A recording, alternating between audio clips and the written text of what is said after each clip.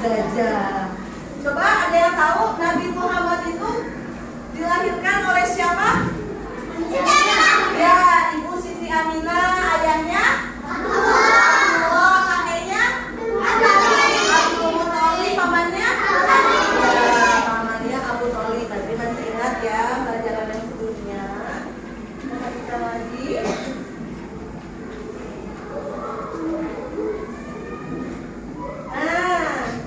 Minggu lalu Ibu sudah mengajarkan nih tentang masa remaja Nabi Muhammad Shallallahu Alaihi Wasallam. Ketika umur berapa Nabi Muhammad waktu itu diajak berdagang?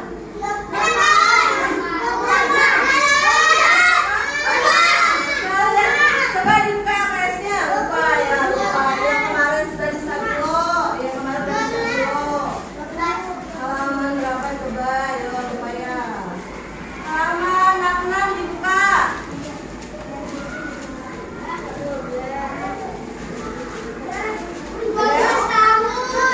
Iya, waktu umur 12 tahun Nabi Muhammad diajak oleh pamannya siapa? Pamannya Abu Thalib untuk berdagang kemana? Lihat di buku. Berdagang kemana? Negeri Syam ya.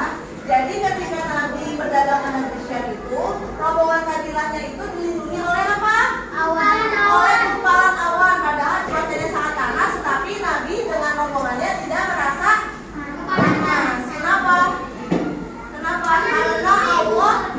Karena Allah memberikan gumpalan awan kepada Nabi Muhammad agar tidak terasa panas. Ketika itu ada pendeta yang bernama siapa?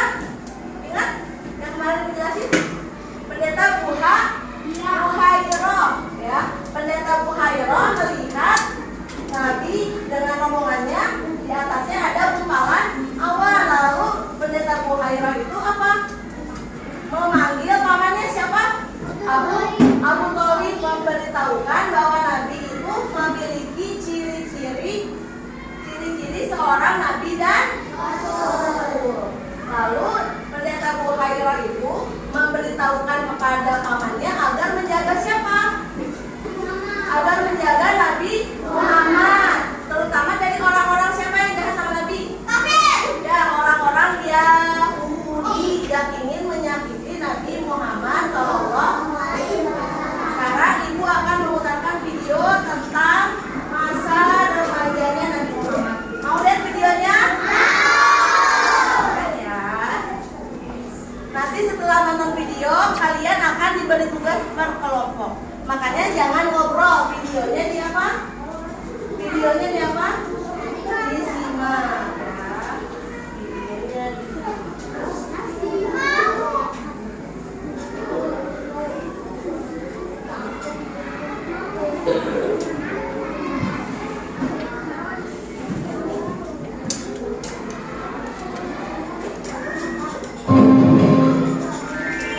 Kisah Nabi Muhammad Sallallahu Alaihi Wasallam. Pekerjaan dan masa remaja Muhammad. Tumbuh dalam lingkungan Arab Jahiliyah tidak membuat Muhammad remaja terbawa arus pergaulan yang salah. Sebaliknya, beliau banyak merenung dan menyibukkan diri dalam pekerjaan. Seperti halnya Nabi Musa dan Nabi Daud, Nabi Muhammad Sallallahu Alaihi Wasallam pernah bekerja menjadi penggembala kambing. Tidak hanya itu, beliau juga belajar ilmu perdagangan kepada pamannya Abu Thalib. Awal mula kesuksesan Muhammad dalam berdagang bermula ketika bertugas membawa barang dagangan milik Khadijah ke Syria. Selama hidup bersama keluarga Abu Thalib, Muhammad berusaha untuk tidak menambah beban pamannya. Apalagi beliau tahu bahwa Abu Thalib memiliki banyak anak dan hidup dengan kondisi pas-pasan. Untuk itu, Muhammad meminta izin kepada Abu Thalib agar diperbolehkan menggembalakan kambing milik para saudagar kaya di Mekah. Wahai paman, apakah aku boleh ikut menggembala kambing seperti teman-temanku? Jika hal itu tidak memberatkan urusanmu, lakukan saja. Sebagaimana yang disebut disebutkan dalam hadis riwayat Bukhari nomor 2262 dari Abu Hurairah radhiyallahu anhu bahwa Rasulullah Shallallahu Alaihi Wasallam bersabda, tidak ada nabi kecuali pernah menjadi penggembala kambing. Mereka para sahabat bertanya, apakah engkau juga, wahai Rasulullah? Beliau berkata, iya, saya telah menggembala dengan imbalan beberapa kira dari penduduk Mekah. Dengan menggembala kambing, Muhammad berlatih untuk bersabar dan menjadi seorang pemimpin. Tanpa berkeluh kesah, setiap pagi beliau menggembala dan mengantarkan kambing-kambing itu ke kandang pada sore hari. Anehnya, semua kambing-kambing gembalaan Muhammad gemuk-gemuk dan sehat. Hal tersebut membuat para saudagar puas dengan hasil kerjanya. Aku sangat senang melihat anak muda seperti keponakanmu itu. Dia sangat rajin dan cekatan. Beruntung engkau memilikinya, Abu Thalib. Sungguh, aku tidak menyuruhnya bekerja jika dia tidak benar-benar menginginkannya. Dia pasti tidak ingin merepotkanmu. Menurutku, Muhammad tidak seperti para pemuda kebanyakan di Mekah yang lebih suka hiburan daripada bekerja keras. Muhammad memang sangat menjaga dirinya dari perbuatan maksiat. Akhlaknya pun sangat mulia dari semua orang yang pernah aku kenal di Mekah. Sewaktu menggembala, Muhammad sering berpikir tentang hal-hal yang terjadi di sekitarnya. Siapakah yang menciptakan bintang-bintang yang berkilauan di langit? Dan siapa yang menghadirkan udara untuk hidup semua makhluk? Dan siapa pula yang membuat jantung berdetak? Sungguh pastilah dia zat yang maha kuasa. Berbagai pertanyaan muncul di benak Muhammad. Hal tersebut yang membuatnya selalu sibuk merenung dan terjaga dari perbuatan buruk yang dilakukan oleh para pemuda Mekah.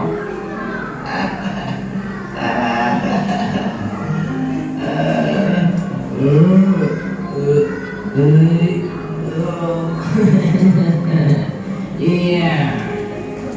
Pernah suatu ketika, Muhammad ingin pergi ke kota untuk melihat pesta perkawinan. Beliau pun menitipkan kambing-kambingnya kepada seorang teman penggembala. Wahai Muhammad, pergilah engkau ke kota dan lihatlah ada banyak hiburan di sana. Sesampainya di kota, Muhammad mendengar alunan musik perkawinan dari sebuah rumah. Baru berjalan beberapa langkah, tiba-tiba tubuhnya merasa kelelahan. Beliau pun duduk dan tertidur. Hal yang sama terjadi lagi di hari berikutnya. Sejak saat itu, Muhammad tidak berminat untuk melihat hiburan musik atau lainnya. Beliau tidak menyadari bahwa Allah Subhanahu wa Ta'ala menjaganya dari perbuatan maksiat dan dosa. Muhammad lahir dari keturunan para pebisnis. Beliau besar dalam lingkungan keluarga Abu Thalib yang juga berbisnis dalam hal perdagangan. Maka tidak heran jika Muhammad ingin menekuni bidang ini. Lagi pula peluang untuk berdagang lebih besar dibandingkan pekerjaan bercocok tanam jika melihat kondisi tanah Mekah yang cukup kering dan keras. Pada musim semi tahun 595 Masehi, para pedagang Mekah berencana untuk membawa barang dagangan ke Syria. Para saudagar kaya mulai mencari orang untuk menjadi agen atau pemimpin kafilah dagangnya. Di antara mereka terdapat seorang saudagar wanita kaya bernama Khadijah. Abu Thalib mendengar bahwa Khadijah sedang mencari seorang agen. Tiba-tiba muncul bayangan Muhammad di benaknya. Kemudian Abu Thalib menawarkan jasa keponakannya itu kepada Khadijah. Wahai Khadijah, aku memiliki seorang anak muda berusia 25 tahun. Aku tawarkan dia bekerja kepadamu menjadi agen. Aku berani menjanjikan bahwa ia mampu melaksanakan tugas itu, meskipun sebenarnya belum cukup berpengalaman. Siapa pemuda yang engkau maksud, wahai paman? Namanya Muhammad. Khadijah pernah mendengar sekilas tentang Muhammad. Hal yang diketahuinya sama seperti para penduduk Mekah lain, yakni Muhammad terkenal dengan julukan Al-Amin atau orang yang dapat dipercaya. Hal yang perlu paman ketahui, aku sangat menjunjung tinggi nilai kejujuran. Maka aku putuskan untuk menerima Muhammad sebagai salah satu agen dagangku. Aku juga akan memberikannya upah 2 kali lipat lebih dari yang lain apabila pekerjaannya bagus. Terima kasih, wahai Khadijah. Terima kasih kembali, wahai paman. Jika senggang, besok datanglah kemari bersamanya. Abu Thalib pulang ke rumah dengan perasaan gembira. Beliau tidak menyangka respon Khadijah kepadanya sangat ramah. Tak heran jika ia sukses dalam dunia perdagangan. Keesokan harinya, Abu Thalib mendatangi rumah Khadijah lagi bersama Muhammad. Itulah pertama kali Muhammad mengenal sosok Khadijah secara langsung. Kemudian Khadijah menerangkan tentang seluk-beluk perdagangan yang selama ini telah dijalankannya selama bertahun-tahun. Muhammad dengan cermat mendengarkan dan memahami semua penjelasan Khadijah. Tidak ada satupun penjelasan Khadijah yang tidak dimengerti olehnya. Akhirnya saat yang dinantikan tiba. Muhammad berangkat bersama kafilah dagang milik Khadijah. Seorang pembantu laki-laki kepercayaan Khadijah bernama Maisarah turut serta. Ini surat-surat perdagangan yang kau butuhkan, wahai Muhammad. Selamat jalan. Saat itu musim panas. Udara pada siang hari terasa lebih panas dari biasanya. Maka kafilah dagang Muhammad memilih berjalan di waktu senja dan beristirahat di siang harinya. Mereka berangkat menuju jalur yang ditempuh Muhammad 13 tahun lalu bersama pamannya Abu Thalib. Selama perjalanan, Muhammad merasa terhibur dengan adanya teman seperjalanan seperti Maisarah. Engkau sungguh banyak bicara, wahai Maisyarah, tapi anehnya aku senang mendengarnya. Tenang saja, aku jamin kau tidak akan bosan mendengar ceritaku karena aku punya banyak hal menarik untuk diceritakan terkait jalan yang akan kita lalui nanti. Wah, aku sangat bersemangat untuk itu. Dia memang banyak bicara, wahai Muhammad. Tidak usah terlalu didengarkan. Tidak butuh waktu lama bagi Muhammad untuk akrab dengan anggota kafilah dagangnya. Mereka sangat ramah dan bekerja secara profesional. Perjalanan yang melelahkan selama 1 bulan terbayar ketika mereka sampai di Syria. Setelah bersiap-siap, rombongan kafilah menuju ke tempat bertemunya para penjual dan pembeli. Maisarah tidak menyangka bahwa Muhammad sangat menguasai pekerjaannya. Ia cekatan, cerdas, jujur dan ramah kepada setiap pembeli. Semua orang yang bertemu dengan Muhammad selalu terkesan dengan penampilan dan sikapnya yang sopan. Sepertinya ini bukan pertama kalinya bagimu ya. Engkau sungguh keren, wahai Muhammad. Barang dagangan yang kita bawa dari Mekah terjual semua. Pasti keuntungan kita sangat banyak. Syukurlah, bukankah itu yang kita semua harapkan? Ya, dengan semua keuntungan ini kita dapat membeli barang-barang baru untuk dijual kembali. Khadijah benar-benar tidak salah memilih agen. Pada malam hari, saat semua orang tertidur, Muhammad kembali merenung dan menyendiri. Beliau berpikir tentang perpecahan yang terjadi pada kelompok Nasrani di Syria. Padahal sebelumnya mereka berjalan dalam satu kelompok. Sekarang mereka berjalan sendiri-sendiri. Lantas, manakah yang paling benar? Diam-diam Maisarah memperhatikan Muhammad yang masih terjaga dalam tidurnya. Dalam hatinya timbul rasa kagum kepada Muhammad. Aha, sesamanya di Mekah nanti akan aku ceritakan semua hal tentang Muhammad pada Khadijah. Pasti dia akan kagum dan tertarik dengan Muhammad. Demikianlah akhir kisah pekerjaan dan masa remaja Muhammad. Hikmah yang dapat kita ambil dari kisah ini, hendaknya kita meneladani sikap Nabi Muhammad SAW saat beliau remaja, yaitu bekerja dengan penuh semangat agar pekerjaan kita penuh berkah. Selalu bersikap sopan dan jujur dalam berbicara, menjaga diri dari perbuatan maksiat, dan merenungkan peristiwa di sekitar kita agar tidak mudah terlena dengan urusan duniawi. Wallahu a'lam bishawab. Oke, udah ya, sudah dilihat videonya. Sekarang tugas kalian ibu akan membentuk kelompok. Nah, balik badan. Nah ini sama Sarah.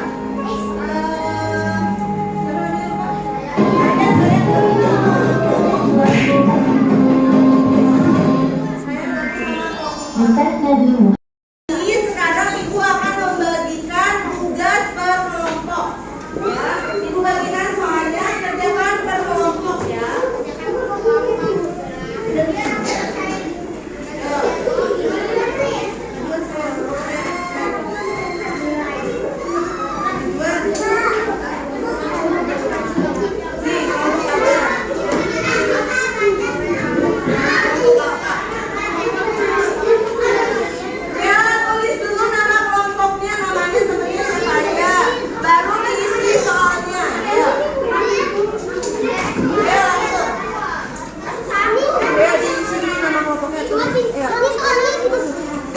Iya, soalnya 2 aja per kelompoknya. Tulis dulu nama kelompoknya, tulis. Nah, Siti Sahira. Namanya Inang aja kali.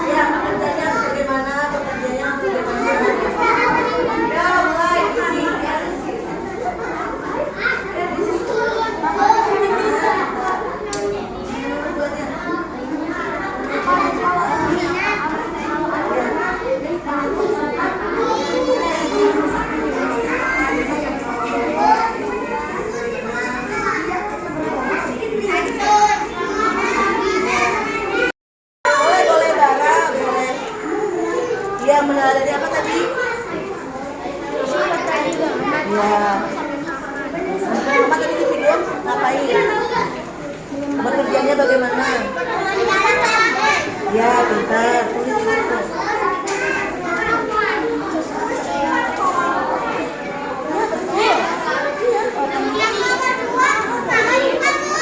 Ya, boleh. Kalau yang nomor 2, hikmahnya apa tadi manfaatnya? Kalau bekerja itu harus bagaimana tadi yang Nabi Muhammad itu bekerjanya bagaimana? Sabar. Bekerjanya bagaimana? Ya sabar. Terus apa lagi? Penuh apa? Penuh apa? Ya.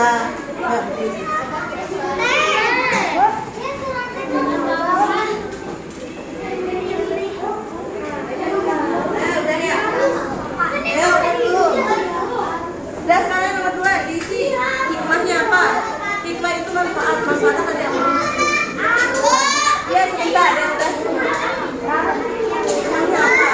Kalau bekerja harus bagaimana? Bila bekerja harus bagaimana? Harus sopan, apa lagi? Bila bekerja harus apa? Udah. Nah, cepat. Saya nomor 2.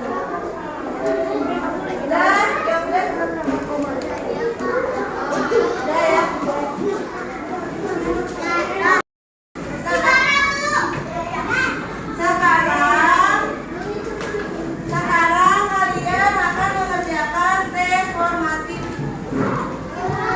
Kerjakannya sendiri-sendiri, jangan nyontek ke temannya.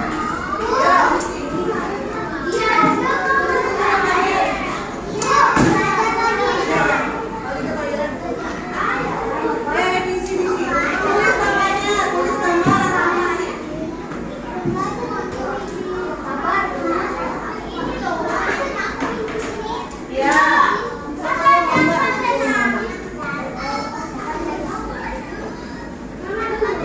tulis namanya,